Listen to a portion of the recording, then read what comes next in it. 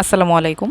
Lily সেভেনের নতুন আরও একটি ভিডিওতে সবাইকে স্বাগত জানাচ্ছি। আমি লিলি খুলনা থেকে চলে এসেছি আজকে আপনাদের জন্য নতুন আরও একটি ভিডিও নিয়ে।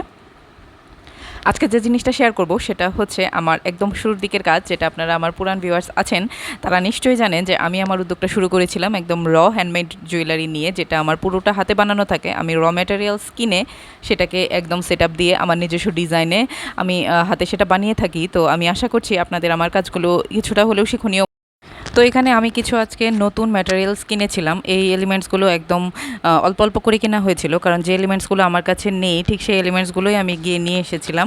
আর এটাতে হচ্ছে আমি সবসময় একদম যে আমার মন গড়া জিনিস নিয়ে আসি সেরকমটা কিন্তু না। আমি চেষ্টা করি যে আমার কাস্টমারের ডিজাইন অনুযায়ী কাস্টমাইজ প্রোডাক্ট যেহেতু যে যেভাবে চায় আমি সেভাবে নিয়ে আসি।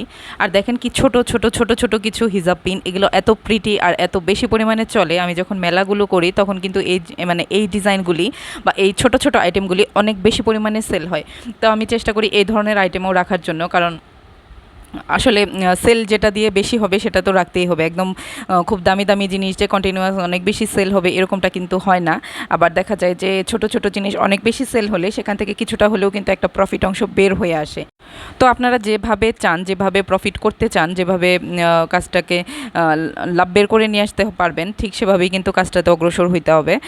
অনেকে আছে যে অনেক ভালো ভালো খুব বেশি দামি দামি প্রোডাক্ট রেডি করে ফেলে, যে মানে এটা এখানে রুচির ব্যাপারও কাজ করে যে আমি সবসময় ভালো মানে দামি কিছু ডিজার্ভ করি, তো আমি দামি দামি কিছু রেডি করি। কিন্তু না, দেখা যায় আমাদের কাস্টমার তো শুধু একদম ওই বেজে থাকে না যে অনেক ভালো ভালো মানে খুব বেশি দামি জিনিস তারা কিনবে, এরকম বেজে কিন্তু থাকে না। আমাদের একটা মেইন টেন্ডেন্সি বা টার্গেট কাস্টমার যেটা আপনি ধরেন বা বলেন সেটা কিন্তু ফিক্সড করে তারপর কিন্তু প্রোডাক্টগুলি বানাইতে হবে বা রেডি করতে হবে।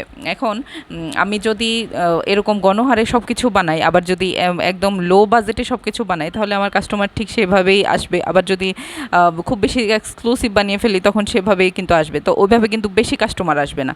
তো আমার বিজনেস ইথিক্সে আমার মনে হয় যে মিডিয়াম একটা রেঞ্জের থেকে কিছু নর্মাল জিনিসও আমার সেল হইলো, কিছু ভালো জিনিসও সেল হইলো, কিন্তু এতটা খারাপ জিনিস যেন আমার প্রোডাক্টে হিসেবে না থাকে, বা আমার ক্লায়েন্ট যেন এরকম কোনো পর্যায়ের জিনিস আমার কাছে না পায় যে তার ধারণাই হয়ে যায় যে ওনার কাছে তো এরকম সস্তা জিনিস বা এরকম বাজে জিনিস, ওইটা ওইটা থাক, ওনার কাছে না যায়, এরকম যেন ধারণা তাদের মাঝে সৃষ্টি না হয়। তো সেই দিকটাও খেয়াল রেখে একটু কাজ করি।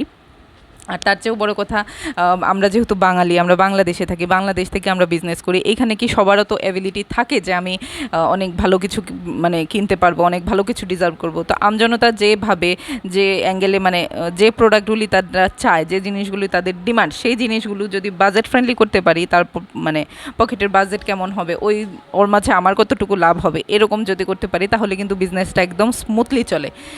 তো এই আমার মানে ছোট অভিজ্ঞতা এটাই বলার। এখানে দেখতে পাচ্ছেন একটা হচ্ছে গায়ে হলুদের প্রোগ্রামের হচ্ছে কি বলে জুয়েলারি। এটা কিন্তু সম্পূর্ণ আমার হ্যান্ডমেড জুয়েলারি, আমি নিজে হাতে এটা বানিয়েছি। আর এটা হচ্ছে খুব সিম্পল একটা ডিজাইন, মানে আহামরি আমার করা যে খুব ভালো বড় একটা ডিজাইন তা না, খুবই সিম্পল ডিজাইন আজকে আপনাদের সাথে শেয়ার করছি। পরবর্তীতে ফ্লোরাল জুয়েলারির অনেক সুন্দর সুন্দর ডিজাইন আপনাদের সাথে শেয়ার করব। ততক্ষণ পর্যন্ত লিলি সেভেনের সাথেই থাকবেন। আল্লাহ হাফেজ।